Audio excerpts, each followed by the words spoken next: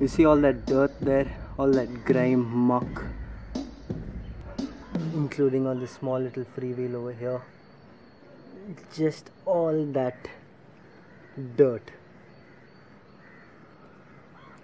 Time to take it out now. What's up everybody, welcome back to the channel, and today we are going to be talking about how to clean your chain and sprockets. Now the weather where I live in Chennai is absolutely amazing right now. It's the perfect time to pull out your bikes, go for those long cycle rides. I've been doing about 50 kilometers every alternate day with a small group of people that I ride with, and I must tell you I've really started enjoying my 50-kilometer rides. Slowly I think we're going to start going for longer rides, getting the mileage up on the cycle itself. Now it's been about 2 weeks since I bought the bike, and I've not yet given it like a proper clean down. I've just been wiping the frame up a little bit, wiping my chain up a little bit, but the weather has also been beautiful to cycle in. And along with this weather comes a little bit of a drizzle, a little bit of a shower now and then, which means my cycle chain has been getting dirty and my sprocket set has been getting dirty, which is not a very good thing for your cycle. Now, the more dirtier your cycle chain is, the lifespan of your cycle chain is going to decrease drastically, just because of wear and tear and all that mud and muck getting stuck. So today's video is how I clean my cycle chain. So the first thing that I am going to be doing is using a chain clean. Now this is by Motul, which I also use on my bike. What this is basically it's a degreaser. So once you spray it on your chain or spray it on your sprockets, it's going to take out all the muck. So the first thing I'm going to do is spray this onto the chain and the sprocket and wait for say about 5 minutes, and within that 5 minutes I'm going to run you through my other tools that I use.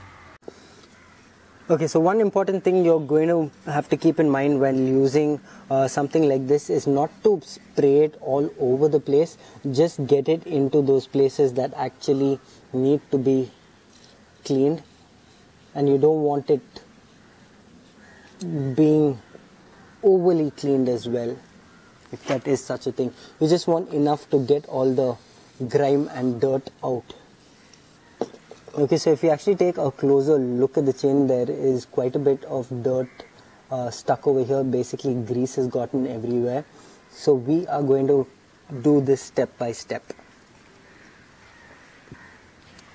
One important thing is if you had like a stand or maybe a wall mount for your cycle, that would be a lot more easier. You do get a lot of stands available in the market just to clip this up. I have not yet gotten my stand, so I'm just doing this normally like anybody else at home. Okay, so after applying the chain cleaner, we're just going to let it soak for a bit.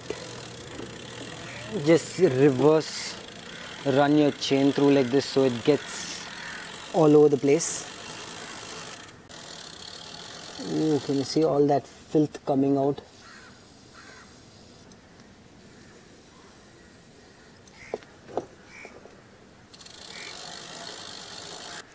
So now that that is done, I'm going to run you through a couple of other things I do have at home which I use on a regular basis. This is a Turtle Wax car shampoo. You can definitely use it on the cycle as well. So what you do have to keep in mind as far as shampooing or soaping your bike is, don't use too much of an abrasive cleaning agent, maybe like surf powder or anything like that. I would not recommend something like that because it's a little coarse, and when you do use it on your aluminium or on your steel and stuff like that, it might cause abrasiveness happening over there.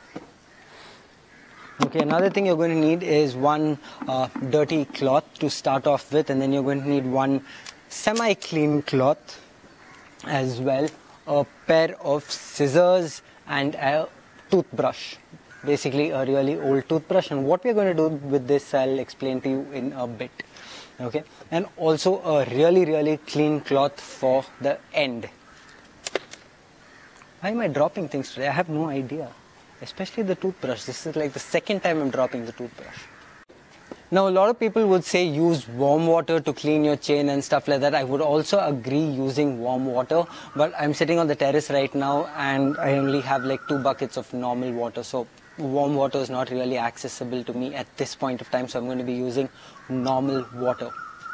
Okay, so in a bucket what you're going to want to do is fill a little bit of soap or car shampoo. Okay, so first thing I'm going to do is I'm going to use the dirty cloth, and then I'm just going to run through all the gears, wetting the whole system up and the whole chain up like that. And now that we have the entire system wet, it is time to get down to using the toothbrush with some elbow grease. Okay, now an important thing that you might have to do with a toothbrush is, you see these bristles over here, you might want to cut into them slightly just to make them a little more rough, because the end of the bristles is always going to be very soft. So you're just going to want to trim into them that way, just slightly, not too much. Maybe in the center as well you can decrease it a little more than the outer edges. So what this lets you do is get into the gaps on the chain link itself. So even with the toothbrush, you're going to want to start off on the top over here. We're going to clean the chain first. Look at that filth. Nasty. Okay, now we could also just take off the back wheel of the cycle, but since we do not have a stand with us at the moment, I'm going to keep the wheel on. So one thing to keep in mind about cleaning up your chain is don't really rush through the process. Take your own time, set up your pace correctly, make sure you do a good thorough job of it and not leave it half done, because it doesn't really make sense just not doing it properly. Simple as that. Okay, so this is what we are going to do next, is with that really dirty cloth, which is pretty damn dirty by now already. Okay, we're going to hold the cycle chain at the bottom over here, and then we are going to back pedal again. So what this does is basically going to take out all your dirt, point one. It's also going to pull out a lot of the degreaser that we used, because by the end of this we want absolutely no degreaser left on any of the parts that we are cleaning up.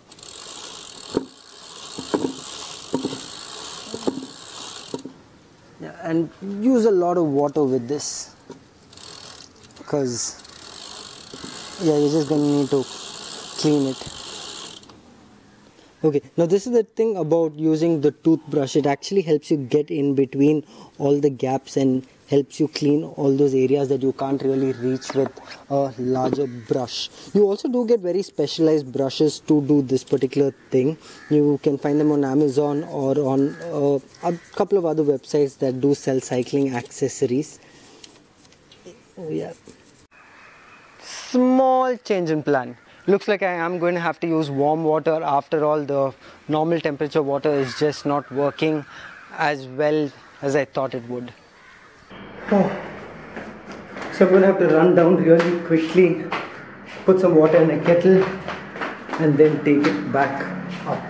So I got the kettle full of warm water up. Time to just change the dirty water, use clean water as much as possible. Okay, so to clean this sprocket over here is actually pretty simple. All you're going to have to do is take your toothbrush, make sure that you still have some soap on it or some liquid on it, place it on the sprocket like that, and then when you backpedal it, it's going to get into those gaps and clean up your sprocket over there.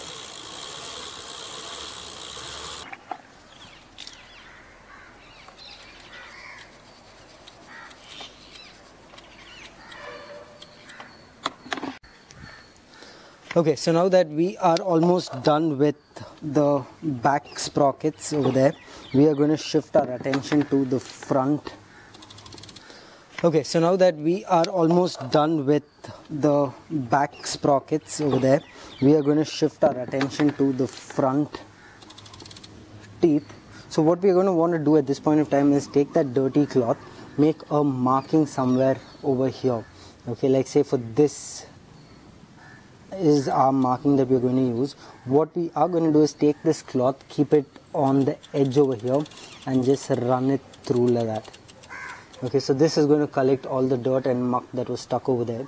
Now this gets a little tricky over here, is you're going to have to just maneuver your way around over here behind the back pedal when you do get there, and then continue the same action. Make sure your cloth doesn't get stuck in the sprocket, otherwise it's going to go in there, get stuck, and that's going to be a little messy.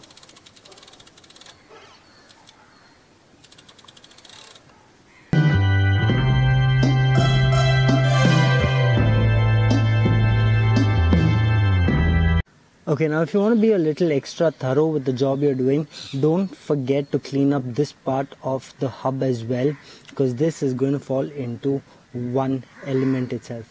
Also, while you're at it, you can just clean up the hub of your bike, which is this part. So a lot of dirt does get stuck to the inside of the hub and on top of the hub. Okay, now that we have finished using a lot of hot water as well to take out all the grease, used a lot of soap, brushed down your complete chain, brushed down the flywheel, gotten through all the nooks and crannies of both the sprockets, back and front, and completed all that. The most important step is to make sure you do not leave any balance residue on any of the components over here. So that's just going to stay there and it's going to attract more dirt. So what you definitely want to do is clean up everything again, but without soap or without anything else. So we're just going to use water for this particular, slightly warmer water again for this particular step. Run it through all the components. Make sure you hold the chain again like how we held in the beginning. Run it through all the links. I absolutely love that sound.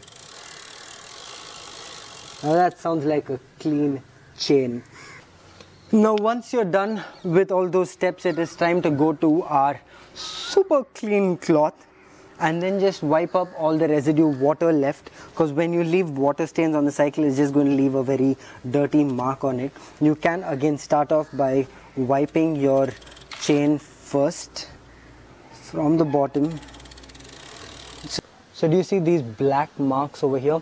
Now this is all the dirt from your chain sprockets and from the lube.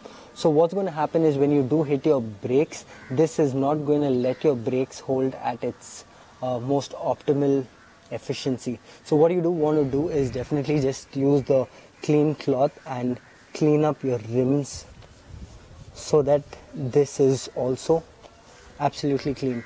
So now when it comes down to the back sprocket, one step that you're going to have to do after you almost dry it out completely is with your finely clean cloth is place the cloth in between these two sprockets over here, between these two sprockets, and then all you need to do is just push at it like this. So this hand pulls while this hand just guides it through.